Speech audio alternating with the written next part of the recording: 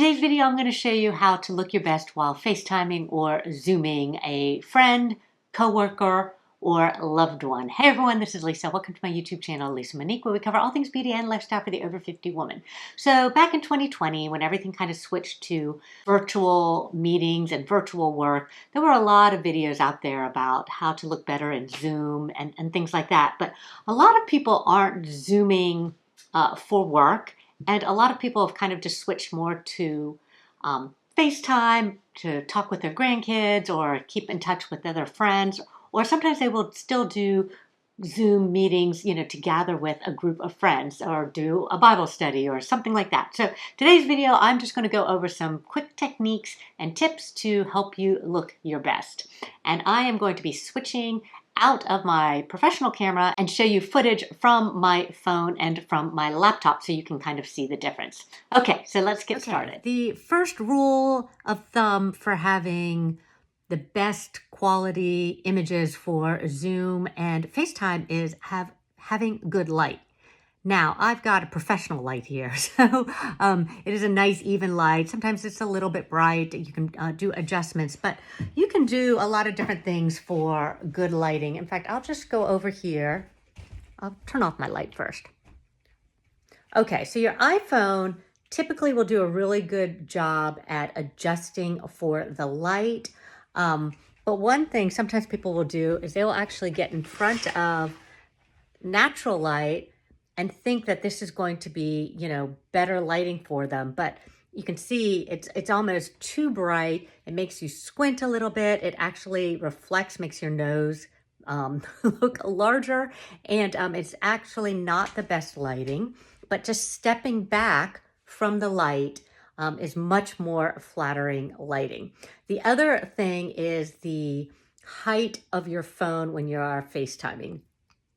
So you want your phone or you want your camera to be fairly close to the top of your head. You don't want to be like this while you're talking. One, depending where your light is, you can see I've got a shadow from my phone on my jawline. But as you can see, as I lower the camera, the shadow falls here. And then I actually have the natural light on my face. The other thing is it just looks like you're falling off the bottom of the screen. Okay. The other thing about FaceTiming is I have the camera kind of even with my eyes, and that's a really good place for a good height for your camera. Some people like it higher because it makes your eyes look bigger, makes all this area look smaller, but it gets exhausting, I think, sometimes holding up your camera a little bit higher. So as long as you have the selfie camera at your eye height, I still think you're not going to get a lot of distortion.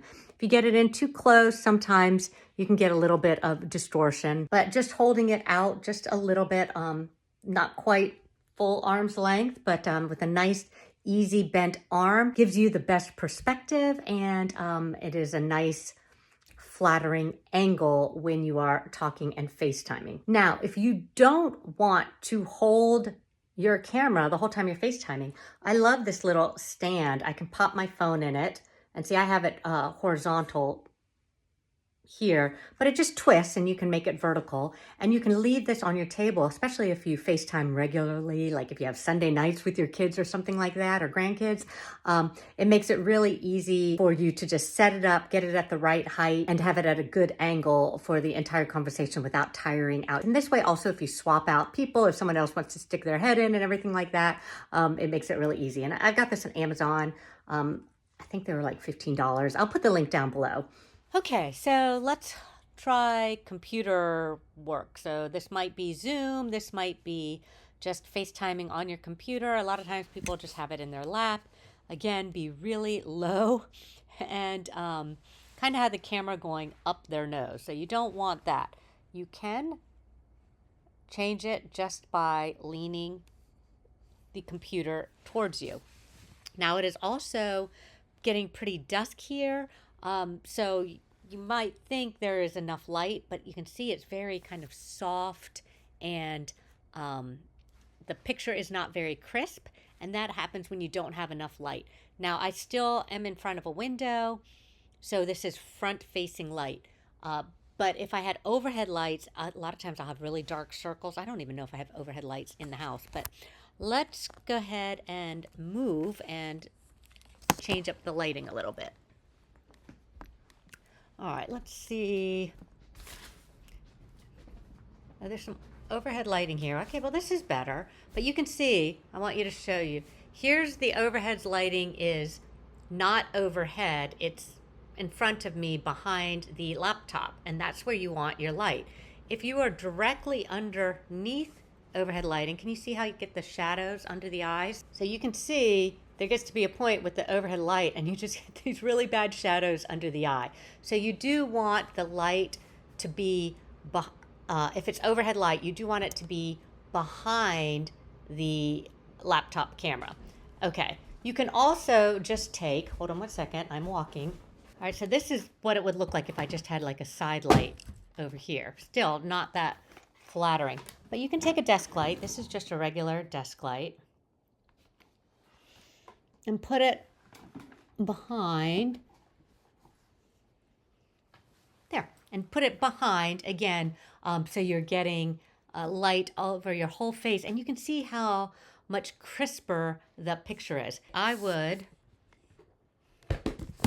raise my laptop just a little bit more so that, again, the camera is more eye height on the laptop. Honestly, if I would get up, I would actually move my light farther away. It's a little bit too close. It's a little bit too bright for me here. It's kind of a bright LED light. But the point is you want the light to come from behind to fill the front of your face when you're using supplemental lighting on the laptop. It's also nice to have, especially if it's a work meeting and you're doing Zoom, to have a simple plain background. You know, try not to get too distracting. I would actually angle it. I would say there, try and angle this room so that you can't see all the stuff still in storage and the boxes that are still around. We're really in a temporary rental home and we're not unpacking everything. So I really have boxes in every room because we don't want to have to just pack it up again. And if it's a professional meeting, you can brush your hair and maybe put on a little bit of lip gloss or something to just make sure you're looking a little bit more pulled together. I would move all the stuff that's being reflected in that mirror to kind of give a clean background if this was going to be a work meeting or an interview or something like that. But the real takeaway is, you know, with the overhead lighting, you don't want it directly overhead. Sometimes people feel like, oh, let's stand under the light, which is actually terrible because then you have the dark raccoon eyes. Even when you're taking pictures with your cell phone, like in a hotel or you're meeting up with people, you don't want to be directly underneath the light. You actually want the light slightly in front of you so it can light you from above. You know, that's not good directly under, but in front, it just brightens and lightens up your eyes. So that's just something else to think about. You also want to try not to talk to your face, talk to yourself, which is really hard to do when you're doing a selfie. You want to try and talk into the camera and make eye contact with the camera so then people feel like that you're actually talking to them. Okay, so we're going to summarize it real quick. How to look the best on Zoom and FaceTime calls. First and most important is to be in a well-lit room. Also, you want to make sure you have your camera at eye level. Even my professional camera is at eye level right here. And you want to hold your phone with the camera at eye level, which is at the top. Or if you are using a laptop, you want to have the camera at eye level and you can prop it up if necessary to get it to the correct height. You also want to make sure that your camera or your laptop is straight up or leaning slightly forward. You do not want it leaning back. That perspective is not very flattering. It usually makes your chin and your nose, which then would be the closest things to the camera, it will make them look the largest. So just kind of remember that whatever's closest to the camera lens is going to look the largest. So most people want their eyes to look the largest, which is why you want the camera to be at eye level. And if it is for work or if somebody's recording it, you might want to use supplemental audio. There are some very inexpensive microphones that can clip into the bottom of your phone, and then you can clip to your shirt.